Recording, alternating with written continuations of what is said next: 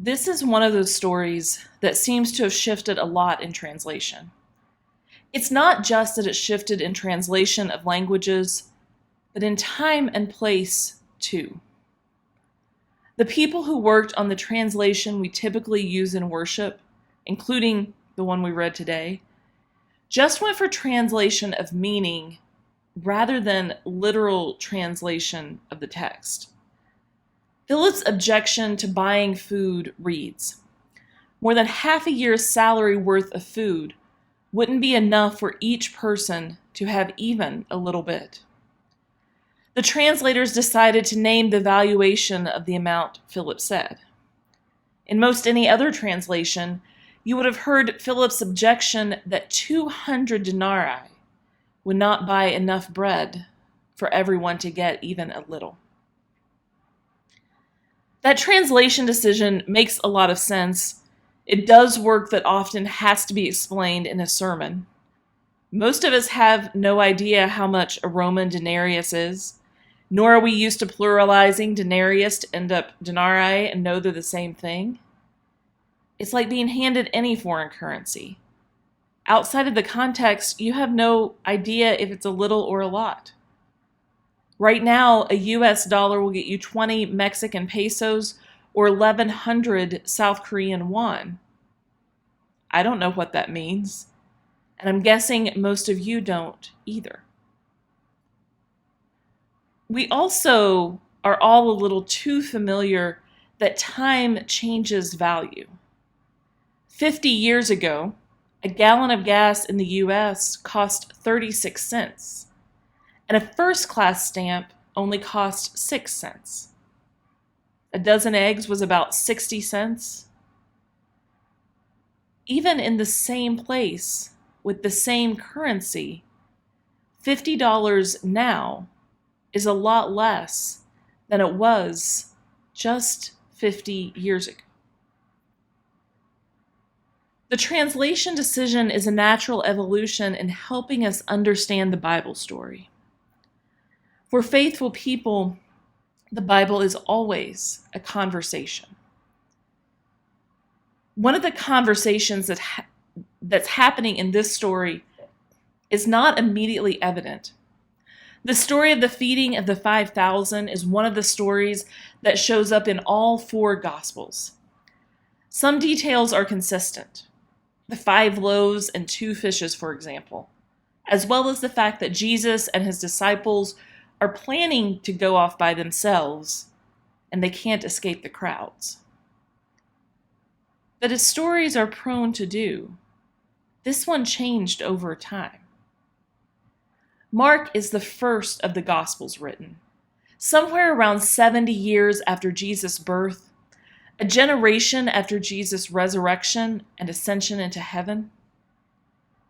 Matthew and Luke follow in about 20 years. John is the latest, coming as much as 20 years later than Matthew and Luke.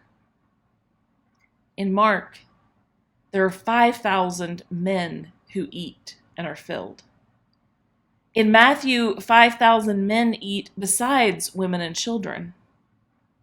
John is back to just 5,000 men, no accounting for the other people there.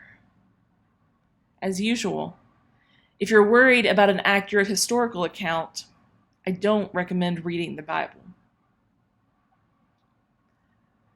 But John adds 2 details that matter a great deal to the particular story about Jesus that he is telling. First, he adds a kid sharing their bread and fish.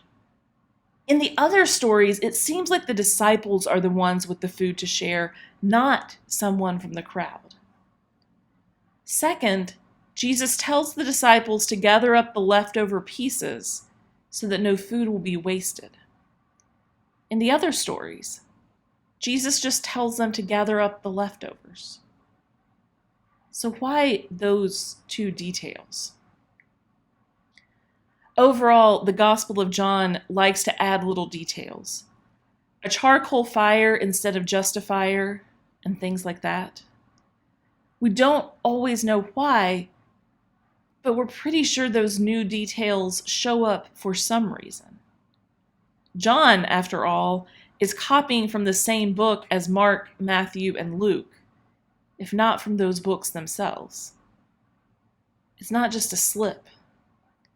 At the very least, these details have been added by the Christian community that John is part of.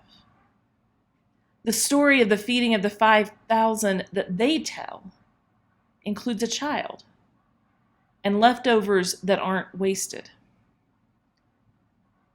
Here are my best guesses about these two details. They reflect the practice of the Christian community, and they especially reflect the practice of the Christian community when they now have a second generation who never met Jesus face to face. Everyone there has now lost all of the 12 disciples as well.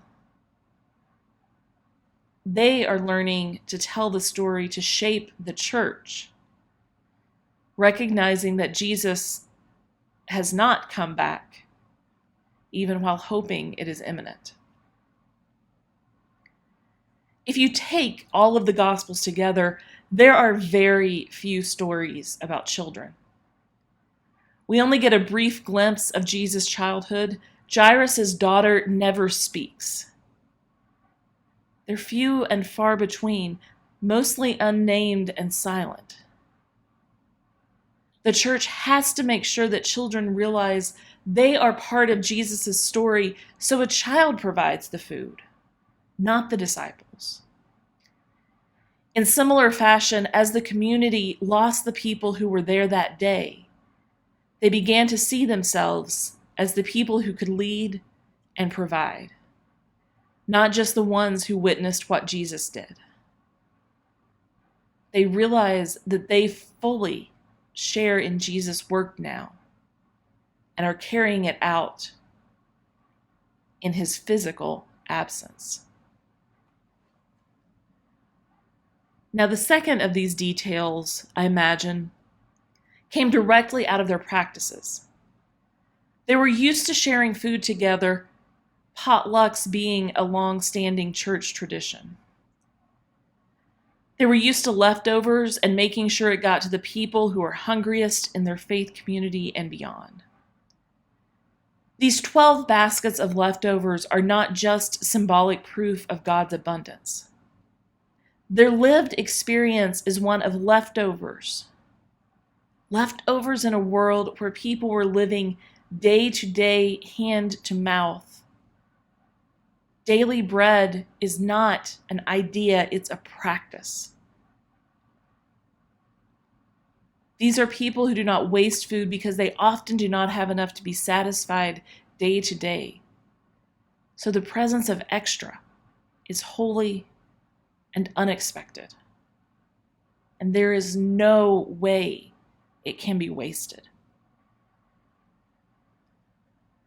Now, we who live in a religious world where the Bible can be used as a weapon and citing chapter and verse is used for good and evil, we're very used to the Bible being used to shape the church.